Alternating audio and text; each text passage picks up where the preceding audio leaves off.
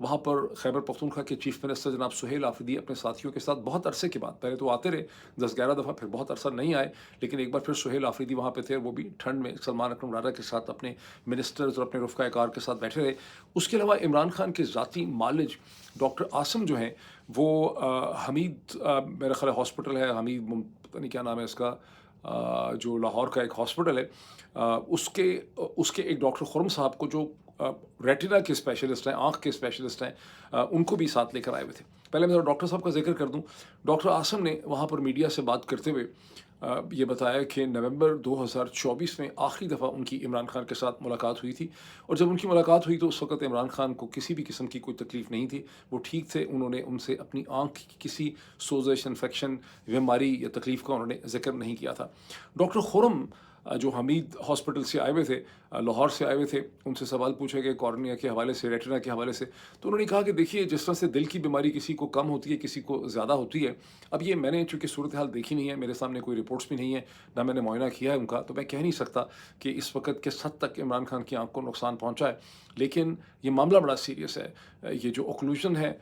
Central retinal Venice اوکلوژن جو ہوتی ہے، یہ بڑی خطرناک ہوتی ہے، اور اس میں سمجھتا ہوں کہ ایک ٹریٹمنٹ دیا گیا ہے۔ ٹریٹمنٹس اس میں یہی ہوتے ہیں کہ آنکھ کے اندر انجیکشن لگائے جاتے ہیں اس کلاٹ کو ڈیزالو کرنے کے لیے، لیکن یہ ایک دفعہ کا ٹریٹمنٹ نہیں ہے، یہ کئی مہینے تک کرنا ہوتا ہے، ہر ایک مہینے کے بعد یہی انجیکشن جو ہیں وہ لگانے ہوتے ہیں، اور اس کے لیے ہمیں بہتر معلومات چاہیے، ہمیں انفارمیشن چاہیے، ہمیں عمران خان تک ایکسیس چاہیے۔ اب عمران خان تک ایکسیس جو ہے وہ نہیں دی گئی، تاہم باوجود اس کے کہ اب حکومت کی طرف سے عطا تارڑ صاحب نے اس کا اعتراف بھی گزشتہ 24 گھنٹوں میں کر لیا ہے کہ عمران خان کو واقعی ہی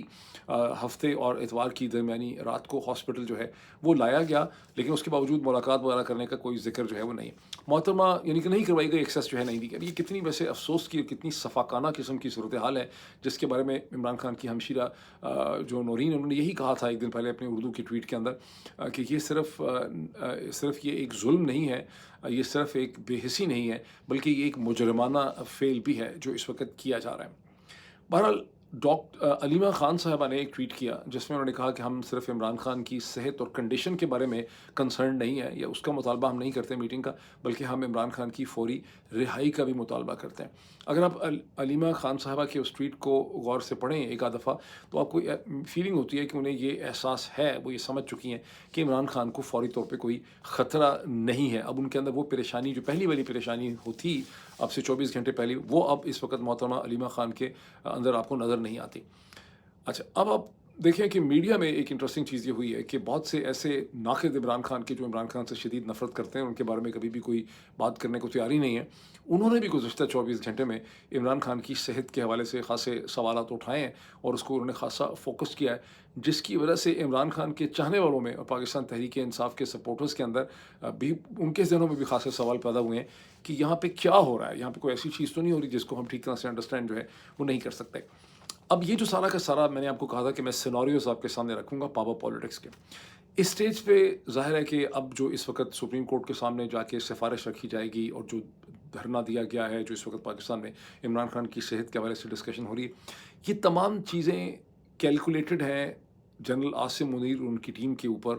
دباؤ بڑھانے کے لیے، تاکہ وہ اپنے رویے میں کوئی لچک کریں، نرمی کریں، عمران خان کے حوالے سے کوئی فیصلہ کر سکیں۔ اور اگر مجھ سے کوئی اوپینین لے، ذرا میری اوپینین میٹر نہیں کرتی، میں یہ کہوں گا کہ پاکستان آرمی کو ایز این انسٹیٹیوشن یہ سوچنا ہوگا کہ اگر عمران خان کی صحت جو ہے وہ اڈیالہ جیل کے اندر پاکستان آرمی کے قیدی کی حیثیت سے خراب ہو جاتی ہے، تو اس سے پاکستان کے ادارے کو بہت زیادہ نقصان پہنچے گا۔ فوری طور پہ ان کو شاید نہ پہنچے نقصان، فوری طور پہ جس طرح عمران خان کی بہنیں کہتی ہیں کہ سب کی آنکھیں پھوڑ دی جائیں گی اگر عمران خان کی آنکھ کو کچھ ہوگا، میں آپ کو پتہ ہے اس قسم کی جذباتی باتیں کبھی بھی نہیں کرتا۔ میں ایک انالیسس کرنے والا آدمی ہوں، اور میں انالیسس ہی میں نے کیا تھا 2022 میں، اور میرا انالیسس 100% سے بھی زیادہ صحیح ثابت ہوا۔ اس وقت کوئی شاید مجھ سے اتفاق نہ کرتا تھا جب میں نے یہ کہنا شروع کیا تھا کہ جو جنرل باجوہ نے جو فیصلہ،